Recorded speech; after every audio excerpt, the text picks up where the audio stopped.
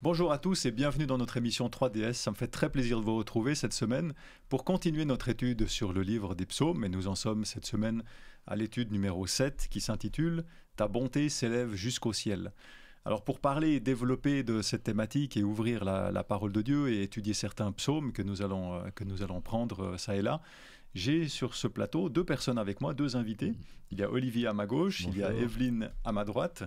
Et bienvenue d'abord à tous les deux. Et Merci. je vous laisse quelques secondes pour une brève présentation de l'un et de l'autre.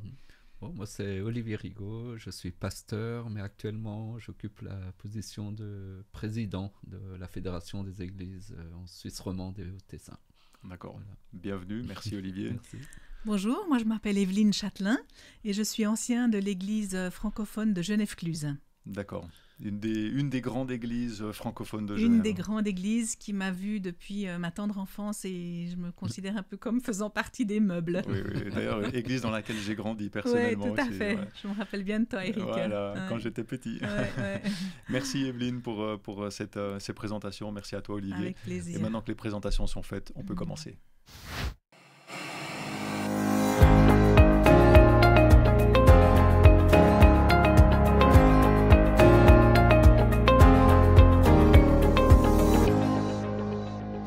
Alors, j'aimerais vous poser une première question qui est relative à votre expérience de vie spirituelle ou autre, de votre expérience au sens large. Est-ce que vous avez déjà ressenti, vécu et ressenti une certaine grandeur dans quelque chose qui dépasse tout, dans ce que vous viviez ou dans les circonstances dans lesquelles vous étiez, comme si ce que vous viviez, c'était quelque chose de grandiose qui dépasse tout ce que vous avez imaginé?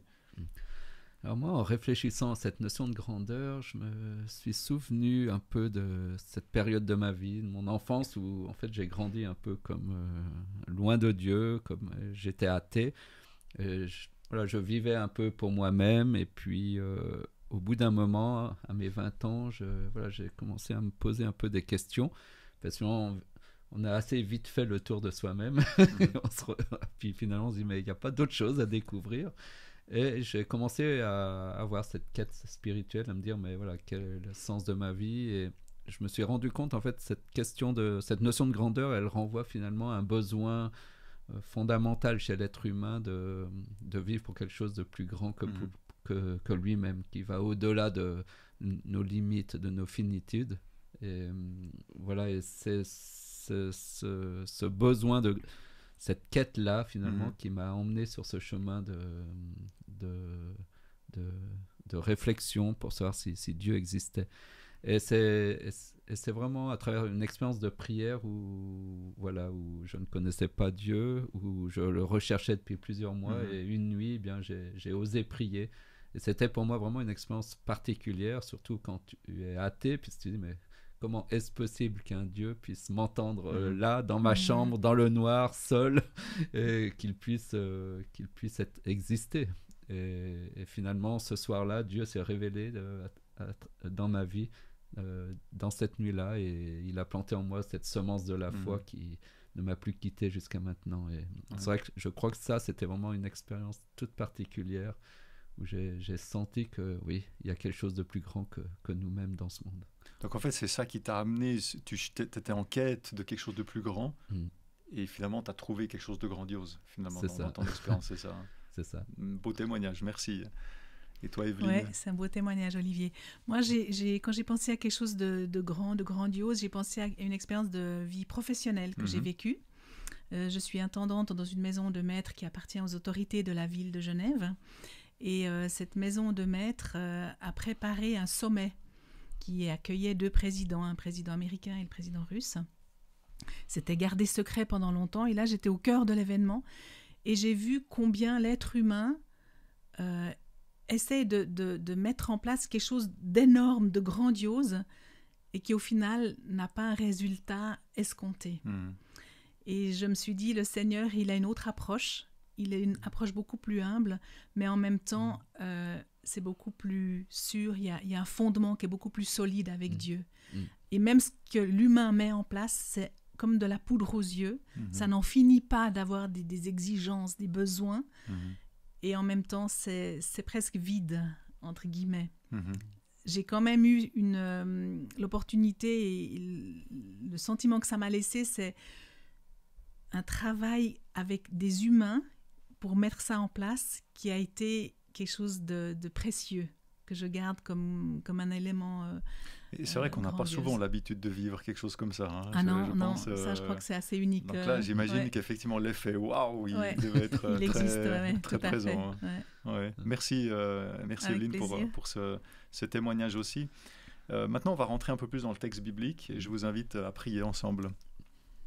Et Seigneur notre Dieu, nous voulons te remercier pour cette magnifique parole que tu nous laisses, ce livre des psaumes que nous étudions maintenant, qui sont pleins d'émotions, qui sont pleins de richesses, qui sont là pour te louer, où on voit vraiment cette différence entre ta grandeur, Seigneur, et puis la simplicité et l'humilité de l'homme et la condition dans laquelle il se trouve, Seigneur. Que ça puisse nous apprendre, nous enseigner, nous faire progresser dans notre chemin spirituel, dans notre chemin relationnel avec toi, Seigneur. Nous te prions au nom de Jésus. Amen. Amen. Amen. Voilà, et avant de continuer, j'aimerais juste faire une toute petite publicité pour une prochaine émission qui va bientôt sortir, qui s'appelle « Au cœur des religions ». Je vous laisse découvrir ça tout de suite.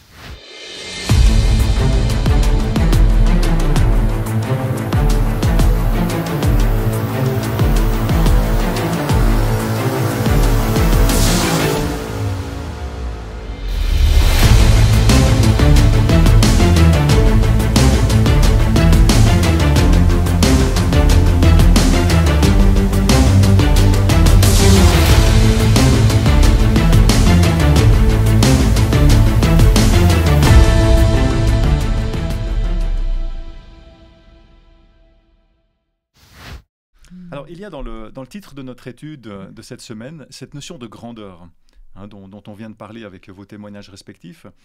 Et cette notion de grandeur se retrouve aussi dans le texte clé, dans le texte phare de cette étude de cette semaine, tiré du psaume 57, notamment les versets 10 et 11 que je vais lire. Je vais lire dans la version second 21.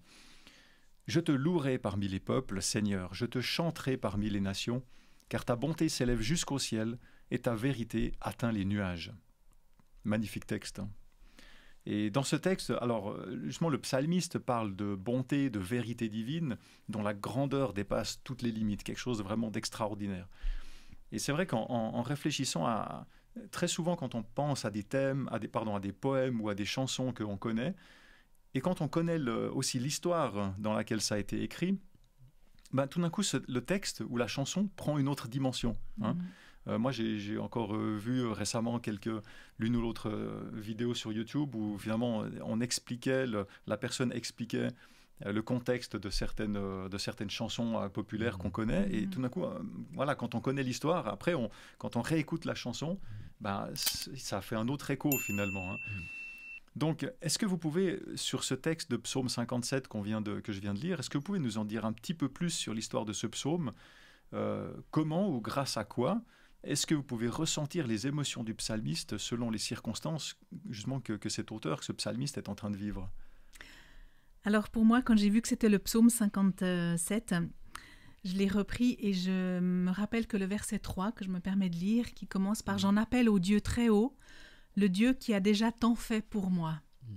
Ça donne la notion du souvenir. Ça ramène à ce qu'on a déjà vécu. Et c'est un psaume qui a accompagné la fin de vie de mon père.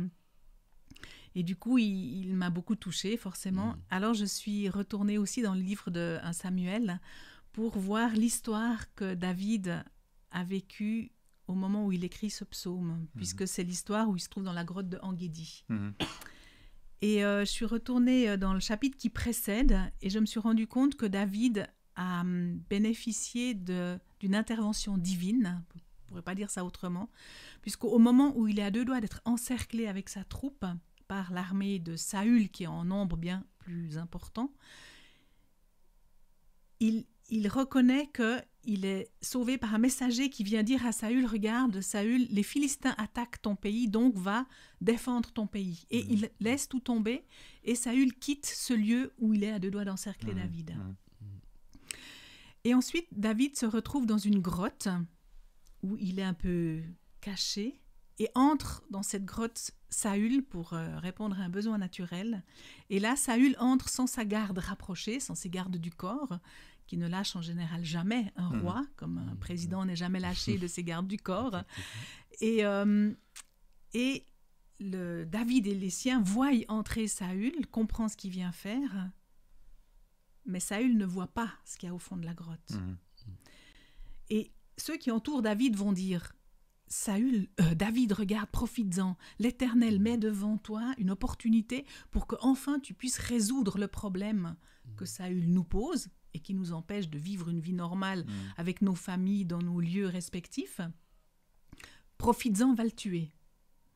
Et David certainement va se souvenir de ce que lui-même a eu comme bénéfice d'avoir été sauvé non pas par Saül mais par Dieu.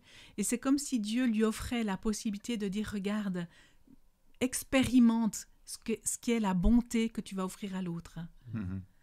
Et David va renoncer à tuer Saül en disant, il est un oint de l'Éternel et je ne veux pas toucher un oint de l'Éternel. Il reconnaît qu'un oint de l'Éternel est quelque chose de sacré et que la vie de Saül appartient à Dieu. Et il va renoncer contre l'avis des siens, mais il va simplement montrer à Saül qu'il aurait pu lui faire du mal en le découpant un pan de son manteau. Et après, et là même Saül va se retourner, va reconnaître que la perche qui lui a été tendue est une perche qui vient de Dieu et qui lui aurait permis de renouer le lien. Parce qu'au fond, Dieu, c'est ce qu'il cherche, à ce que le lien se retrouve entre deux personnes. Merci Evelyne.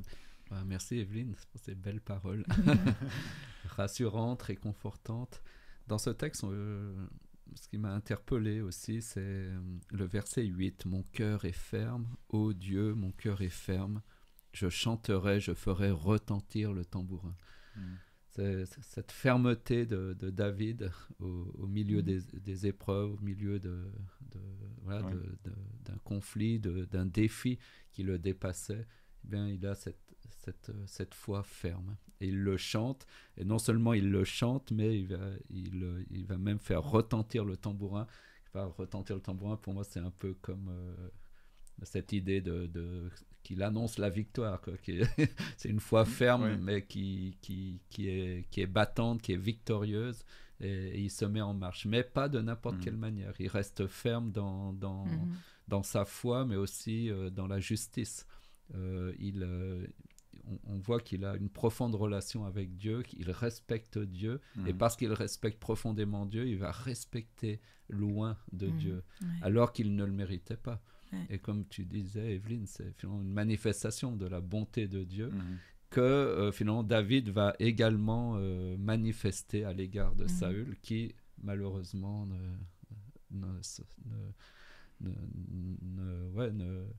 s'en apercevra pas quelque part, parce qu'il s'est enfoncé dans une logique de violence, et il est plus sensible à Dieu. Et on voit David qui, lui, non, au contraire, eh bien, respecte Dieu, respecte Saül, et alors que finalement, humainement, ça aurait pu résoudre ça aurait pu mal se terminer pour Saül, effectivement. Et lui, ça lui ouvrait le champ du pouvoir, et il n'avait plus à fuir, mais parce qu'il craignait Dieu, parce qu'il aimait Dieu, eh bien, il a respecté Dieu jusqu'au bout. Et ça m'a touché. On voit une grande dévotion et aussi le fruit de l'esprit, la maîtrise de soi chez David, ce qui est pas gagné en tant que nous, en tant qu'être humain. Mais c'est inspirant, en tout cas. C'est inspirant, absolument. Surtout avec la pression quand même des siens qui doivent être autour et qu'ils comptent dessus. Et puis quand sa propre vie est en jeu aussi, c'est tout un contexte qui fait que, effectivement. Si j'aimerais avancer un peu et prendre avec vous le psaume 136. Alors c'est un psaume de louange, et qui est assez particulier. Il n'y a pas beaucoup d'autres psaumes comme ça qui ressemblent à ce genre de syntaxe, si on veut, puisque chaque phrase se termine par une expression qui se répète. Oui, sa bonté dure éternellement. Alors ça, c'est dans la version second 21, mais le terme bonté, parfois, selon les versions, selon les traductions bibliques, ce sera traduit par fidélité, par bienveillance, par amour, par exemple. Et si je vous lis les quelques premiers versets, il est écrit ce qui suit là: louez l'Éternel car il est bon. Et il y a une réponse: oui, sa bonté dure éternellement. Louez le Dieu des dieux, Et de nouveau une réponse, oui, sa bonté dure éternellement. Louez le Seigneur des Seigneurs, oui, sa bonté dure éternellement. Lui seul fait de grands miracles, oui, sa bonté dure éternellement. Et ça va ainsi de suite comme ça jusqu'à la fin, où le psaume se termine en disant, louez le Dieu du ciel, oui, sa bonté dure éternellement. Alors on ne connaît pas l'auteur de ce psaume ni le contexte dans lequel il a été écrit, mais est-ce que vous pouvez en quelques minutes le commenter avec nous? Qu'est-ce qui ressort de ce texte? Qu'est-ce qu'il vous apporte? Qu'est-ce qu'il suscite en vous et pourquoi? Et finalement, qu'est-ce que ce texte nous apprend sur Dieu? Pour ma part, ce psaume m'avait toujours un peu perturbé quand on lit, puis qu'à chaque phrase, on répète toujours « oui, sa bonté durera toujours ». C'est vrai. Ouais. C'est ça. Mais après cette répétition, je me rends compte que ce n'est pas seulement une redondance ou un effet de style poétique, mais c'est aussi une affirmation de l'amour infini de Dieu, une affirmation de la fidélité inébranlable de Dieu, une affirmation aussi de la bonté, de la bienveillance éternelle de notre Dieu. Et ça va même plus loin, puisque finalement ce texte, il définit la nature même de Dieu. Dieu, voilà, il ne peut être autre, c'est sa nature même d'être bon. Et je pense que ce psaume, je le vois un peu comme une affirmation à travers ces répétitions. Ne dit-on pas que, voilà, que la répétition est un bon moyen pour apprendre et pour retenir des choses. C'est juste. Et là, l'auteur semble nous dire, ce que je veux que vous reteniez, c'est que Dieu est fondamentalement bon. Et ça, c'est quelque chose qui me touche, parce qu'on vit dans un monde où Dieu est souvent contesté, où Dieu est souvent jugé, puisque voilà, par rapport au mal, par rapport à la violence dans ce monde, que fait Dieu, et on le rend responsable de beaucoup de choses que nous-mêmes faisons finalement. Et là, de pouvoir affirmer que Dieu est bon, qu'il est la lumière, qu'il est 3 fois saint, moi je trouve ce psaume m'a touché par rapport à ça. Et puis peut-être juste une chose, c'est aussi qu'on voit que finalement cette bonté, c'est pas juste quelque chose de théorique, mais on voit dans le psaume que finalement elle résonne, elle se met en marche, elle se met en action pour tous les hommes, pour son peuple, mais aussi pour tous les hommes. Moi, c'est aussi cet aspect qui m'a beaucoup touchée. C'est que même s'il nous parle individuellement, il s'élargit. Ça reste pas à moi et Dieu, moi pour moi. C'est moi dans le contexte beaucoup plus large, qui est vraiment de l'humanité. Et moi, ce qui m'a aussi parlé dans ce texte, c'est vraiment ce rappel qui nous invite à revenir en arrière, de tourner la tête par-dessus notre épaule. Comment Dieu a été bon? Comment Dieu nous a délivrés pour en être là, pour en arriver là? Et du coup, chacun dans notre histoire de vie, on a, par nos familles qui nous ont précédés, on peut reconnaître que la main de Dieu qui nous a permis d'être là où on en est aujourd'hui. L'importance de l'histoire, de se rappeler pour fortifier notre foi et pour, dans les moments de doute, finalement nous rebooster un peu. Nous rebooster. Et ça fait son effet. Et nous permettre de vivre de la gratitude envers Dieu. Tout à fait. Il y a une chose aussi que tu as parlé de la répétition, de l'importance de la répétition. Et c'est vrai que dans le langage biblique, très souvent, ça fait tilt. Quand il y a des répétitions, c'est que c'est important. Et s'il y a quelque chose à retenir, c'est répéter 2 fois, 3 fois. Et là, typiquement, un texte comme ça, au-delà de l'aspect, je dirais, liturgique, parce qu'on peut très bien imaginer quelqu'un qui parle et puis une assemblée qui répond. Au-delà de cet aspect-là, il y a l'aspect littéraire, textuel, où on montre que finalement, ce qui est important, c'est ça qui est répété plusieurs fois, parce que c'est vraiment important. J'aimerais aussi préciser que quand, dans un aspect liturgique, l'assemblée répond, c'est une forme d'unité qui est manifestée.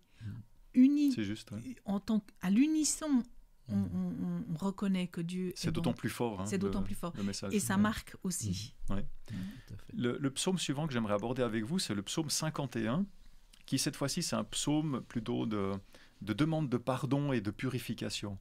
Et j'aimerais lire avec vous quelques versets. Donc psaume 51, je vais lire les versets 3 et 6. Après, je vous laisserai commenter ce texte. Donc le texte nous dit « Ô Dieu, fais-moi grâce conformément à ta bonté. Conformément à ta grande compassion, efface mes transgressions. Lave-moi complètement de ma faute et purifie-moi de mon péché, car je reconnais mes transgressions et mon péché est constamment devant moi.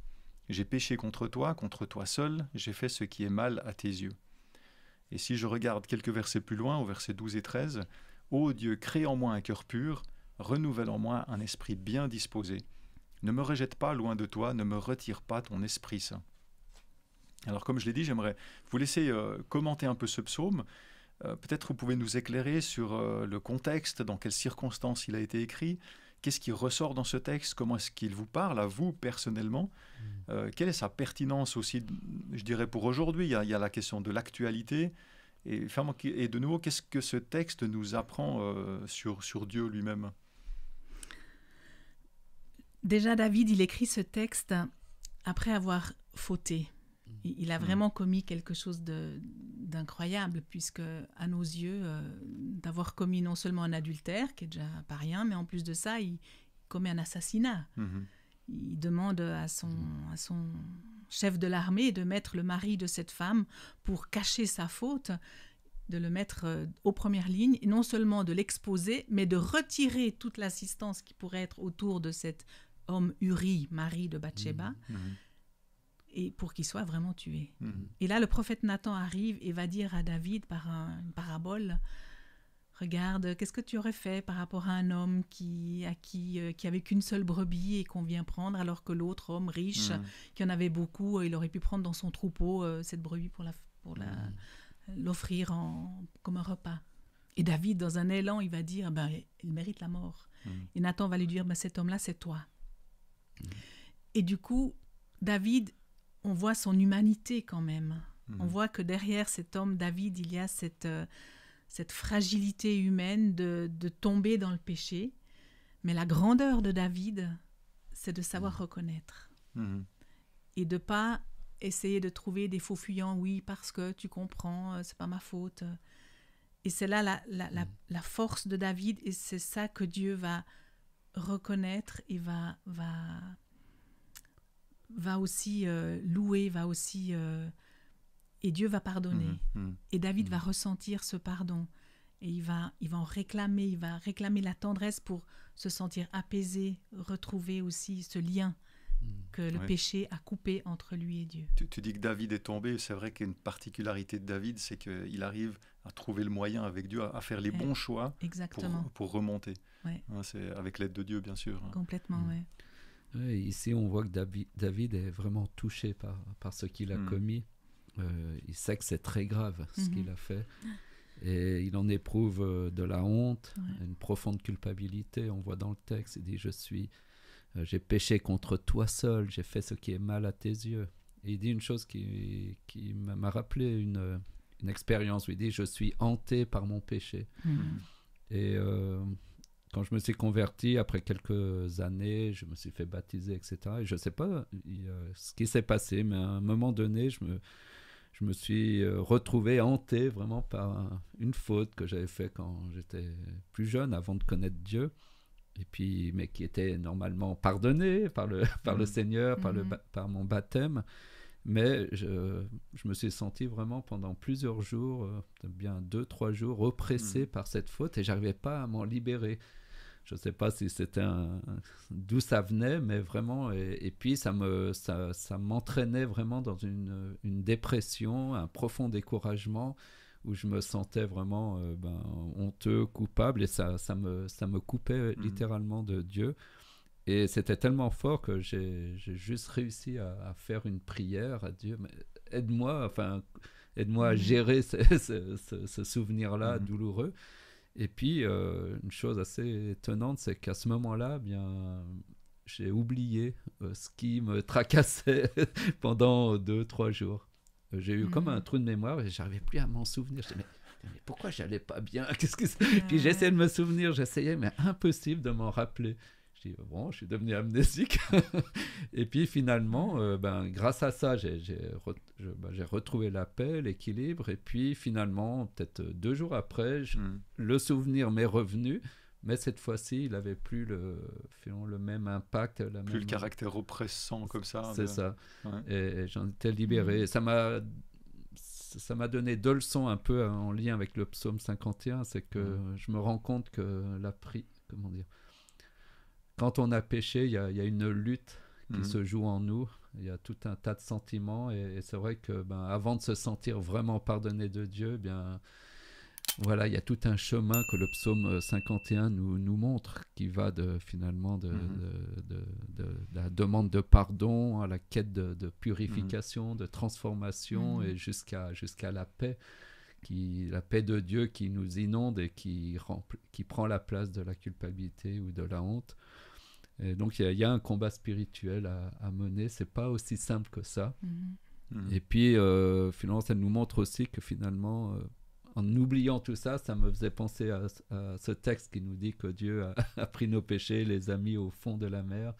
Et puis finalement que lui, en oubliant ce péché, c'est comme si Dieu me disait, mais moi j'ai oublié ce péché, je n'en tiens plus compte. Oui, il a existé, oui, il t'impacte encore de temps en temps, mais pour moi, il est pleinement oublié. C'était une expérience originale, mais qui m'a aidé. D'accord. Et je trouve même que ça permet de resserrer un lien, d'avoir pu expérimenter une faute avec une demande de pardon et une rémission, si on veut, un pardon offert. Ça permet de resserrer un lien qui est presque plus fort. Après qu'avant. On est plus fort après, après être passé par cette expérience. Ouais. Moi, ce texte, avec ce que vous avez dit, ce qui me fait écho, c'est en tant qu'être humain, c'est très facile de voir la faute chez l'autre, comme on l'a vu quand Nathan a expliqué à David sa faute en parlant par une parabole, pour finir, comme tu l'as exprimé, pour finir en disant cet homme, c'est toi. C'est très facile de dire puis c'est même scandaleux ce que font les autres. Là, on pointe du doigt. Par contre, soi-même. Et c'est là la grandeur, je pense, du cœur de David. Et ça nous arrive à nous tous de se retrouver dans cette situation où tout d'un coup, on se rend compte de notre faute ou de quelque chose. Et quand on regarde ce psaume 51 et qu'on voit la profondeur, et tu as parlé aussi de toute cette dynamique, cette progression, ce cheminement, je me dis, waouh. Alors, d'abord, l'homme, David, il faut... Voilà, je pense que c'est difficile pour le cœur humain de passer de rentrer dans ce processus-là. Bien sûr, il y a Dieu, heureusement qu'il y a Dieu, sinon ce serait même pas possible. Mais ça nous inspire, nous, et je pense que ça devrait en tout cas nous inspirer pour nous remettre un peu en question et peut-être relire ça. Et ça fait écho. Je ne crois pas que quelqu'un puisse lire ce psaume 51 et que ça ne lui fasse pas écho à sa propre vie, à un endroit ou à un autre. C'est pas possible, je pense. Je trouve aussi intéressant parce que ce psaume, il met en lumière que tout homme a la capacité, à l'image de David, de reconnaître ses erreurs, de rechercher le pardon de Dieu, la grâce de Dieu, la réconciliation avec Dieu, et aussi d'expérimenter cette paix intérieure, cette transformation, de passer finalement d'un état d'animal à un état d'enfant de Dieu, quoi. Merci. Tout homme est dans n'importe quelle position qu'il soit. Parce que c'est pas rien que ce soit un roi qui passe par cet événement-là. Quel est le roi actuellement qui pourrait accepter de reconnaître publiquement une telle faute? On est tenté à avoir un peu plus d'orgueil, encore un peu plus d'orgueil, je dirais. Un peu plus intouchable. Exact. Si on passe maintenant au psaume 130, que j'aimerais regarder, évoquer avec vous, lire avec vous aussi. Alors je vais le lire dans la seconde 21. « Du fond du gouffre, je fais appel à toi, Éternel. Seigneur, écoute-moi, que tes oreilles soient attentives à mes supplications. Si tu tenais compte de nos fautes, Éternel, Seigneur, qui pourrait subsister? Mais le pardon se trouve auprès de toi, afin qu'on te craigne. J'espère en l'Éternel de toute mon âme, et je m'attends à sa promesse. Je compte sur le Seigneur plus que les gardes n'attendent le matin. Oui, plus que les gardes n'attendent le matin. Israël, mets ton espoir en l'Éternel, car c'est auprès de l'Éternel que se trouve la bonté. C'est auprès de lui que se trouve une généreuse libération. C'est lui qui rachètera Israël de toutes ses fautes. » Une fois encore, un magnifique texte de louange. Et ici, alors, l'auteur de ce psaume n'est pas connu. Il y en a certains qui disent que c'est Ézéchias, mais on n'en est pas sûr. Les circonstances non plus ne sont pas connues. Mais aussi, j'aimerais vous laisser la parole, que vous puissiez partager avec nous. Quelle est la thématique de ce psaume? Quels sont peut-être pour vous les mots-clés que vous retenez, que vous ressortez? Quelle est la dynamique du texte et son actualité pour nous aujourd'hui et ce que ça nous apprend sur Dieu, dans notre relation avec Dieu? Oui, l'auteur se trouve dans une situation de détresse qui est symbolisée par le fond du gouffre. où il implore Dieu, il implore son écoute, son intervention. Et c'est vrai que c'est quand tout semble perdu, quand on a perdu espoir, quand on est finalement au fond du gouffre, au fond du trou, dans le noir total, seul et scellé, que finalement la prière nous ouvre à la lumière, à l'espérance et au secours de Dieu. Ce texte me rappelle un de mes derniers messages sur la prière du Christ à Gethsémane. On voit que le Christ est attristé, profondément angoissé, un peu au fond du gouffre, seul, parce que les disciples sont incapables de l'accompagner dans ce chemin, dans cette lutte.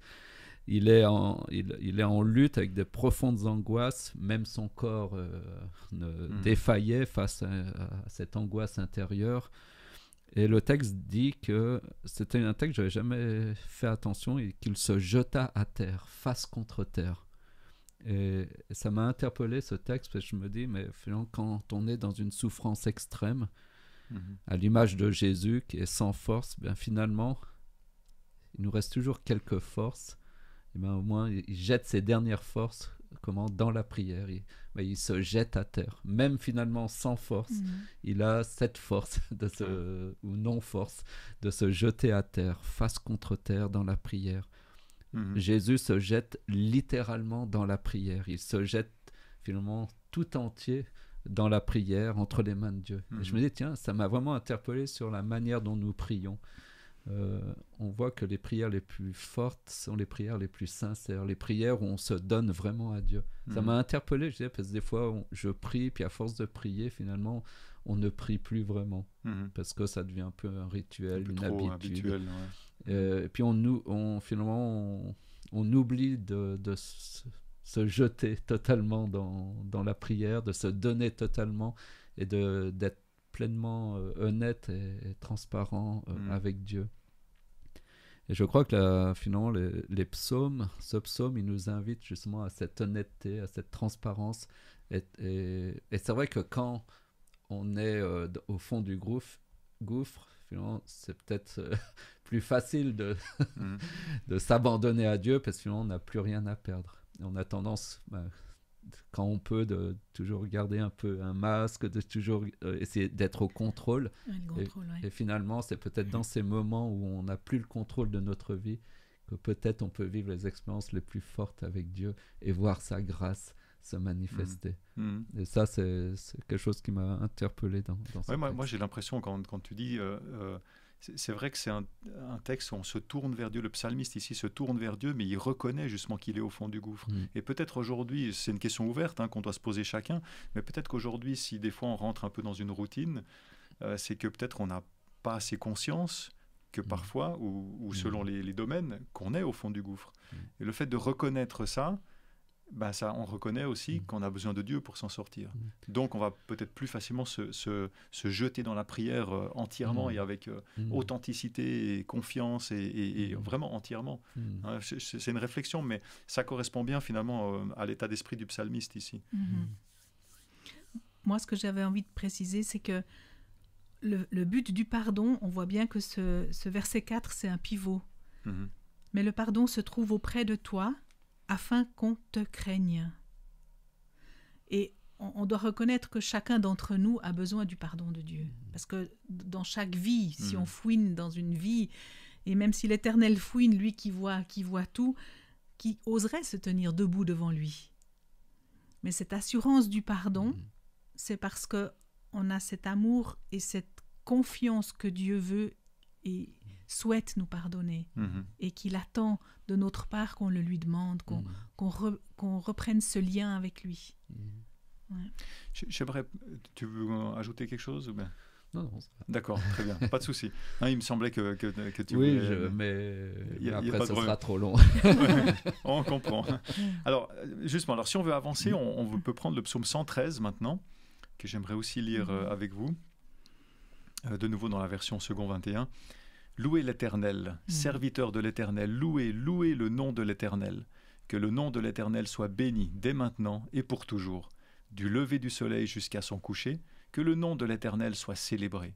L'Éternel domine toutes les nations, sa gloire s'élève plus haut que le ciel. Qui est semblable à l'Éternel notre Dieu?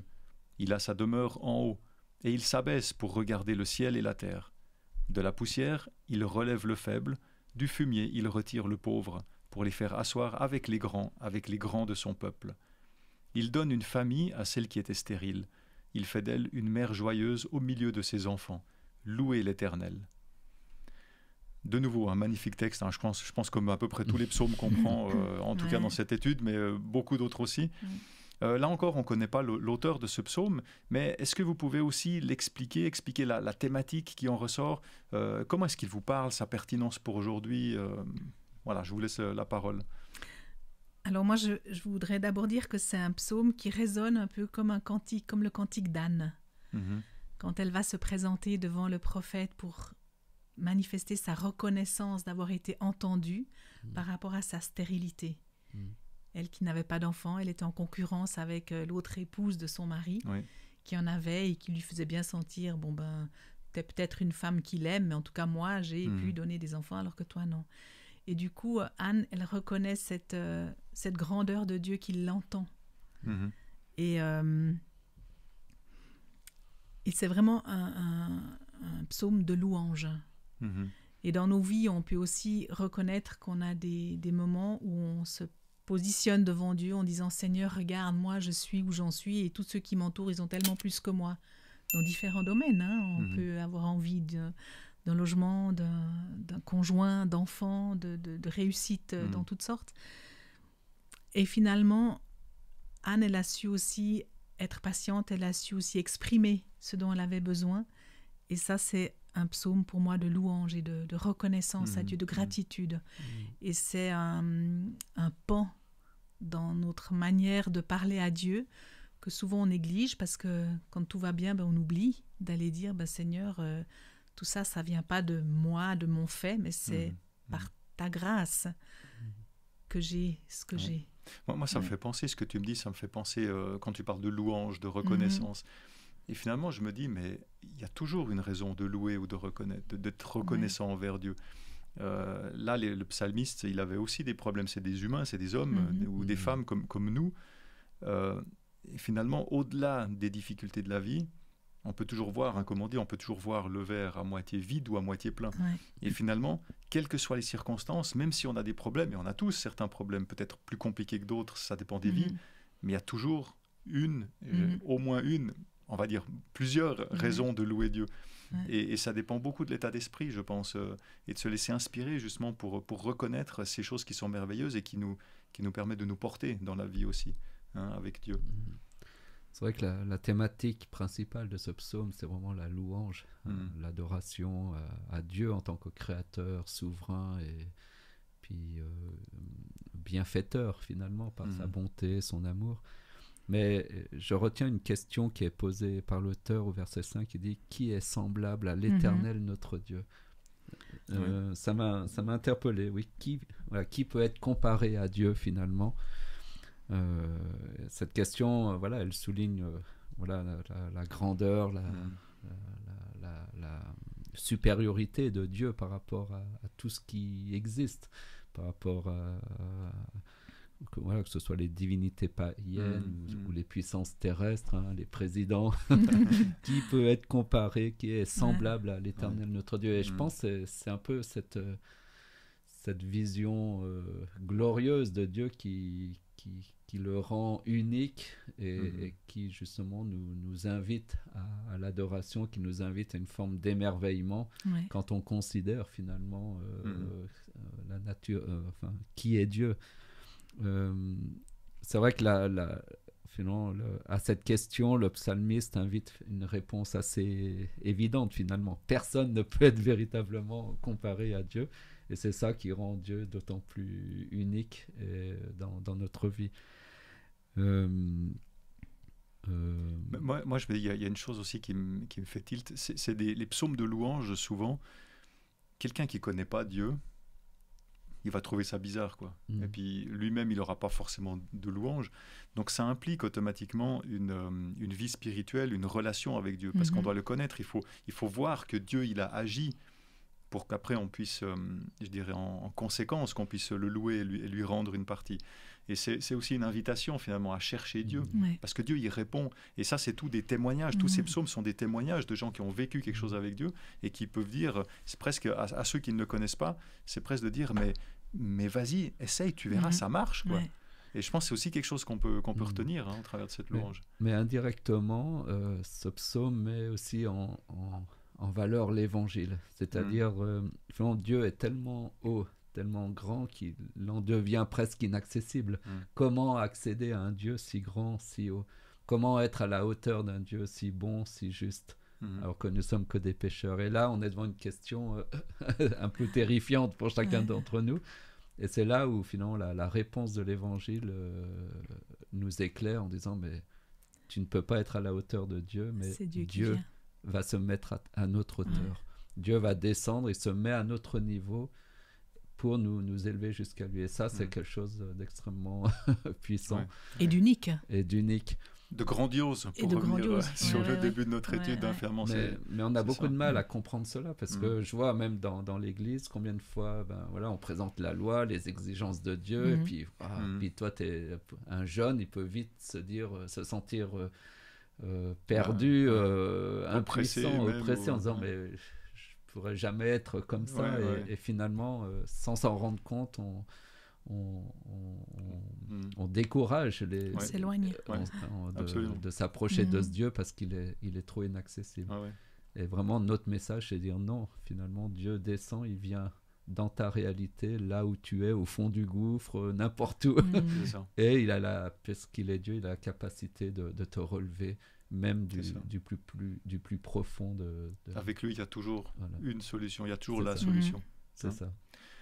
C'est presque une conclusion là qu'on est en train de faire, mais j'aimerais quand même vous laisser le mot de conclusion. Justement, on arrive à la fin de notre partage, et j'aimerais vous laisser un mot de conclusion, une phrase peut-être, ou une petite parole. Qu'est-ce qui est pour vous le plus important de ce que vous retenez de cette étude, ce que vous voulez laisser, ce que vous voulez, votre conclusion personnelle à vous? C'est vaste. C'est vaste. Moi, ce que je retiens, c'est peut-être cette profonde conviction, qui est comparable au Seigneur. C'est une parole qui m'a... C'est un verset qui résonne dans ton esprit, pour montrer la grandeur de Dieu, finalement. C'est ça, et je trouve qu'elle est à la source de toute notre adoration, de tout notre émerveillement pour Dieu. Dieu est unique, Dieu est en dehors de notre réalité, Dieu est juste, il est 3 fois saint, il est bon. Et on ne peut pas questionner sa sainteté, on ne peut pas questionner sa grandeur. S'il y a quelqu'un à questionner, c'est moi-même, parce que moi je suis tout petit, je suis aussi, ma condition humaine est entachée, elle est fissurée, elle n'est pas harmonieuse, mais je tends vers ce Dieu saint qui lui est plein, qui lui exprime toute la plénitude que l'on peut trouver en lui dans notre vie. Il est cette source d'eau vive, féconde. Très belle conclusion. Merci pour ça. Merci. Et toi, Evelyne? Alors moi, j'aimerais dire que on ne comprend pas toujours les situations, les circonstances de nos vies. On peut tomber bas. Mais si on garde l'assurance que Dieu nous aime, malgré ce qui nous entoure, ce qui nous arrive, et qu'on garde cette confiance qu'on veut donner à Dieu, qu'il va gérer, même si ce n'est pas tout de suite qu'on reçoit la réponse, à ce moment, c'est pour moi la compréhension qu'on a de Dieu, et elle est juste comme ça. Lui donner une chance quelque part, même si peut-être on est impatient, mais quand même tenter le coup et puis voir comment il peut répondre de manière merveilleuse, comme il a répondu à tous ces psalmistes finalement. Tout à fait. Pour qu'ils puissent le louer comme ça. Merci pour cette conclusion. Merci à tous les deux pour ces moments de partage qu'on a pu avoir ensemble. Ça m'a fait très plaisir.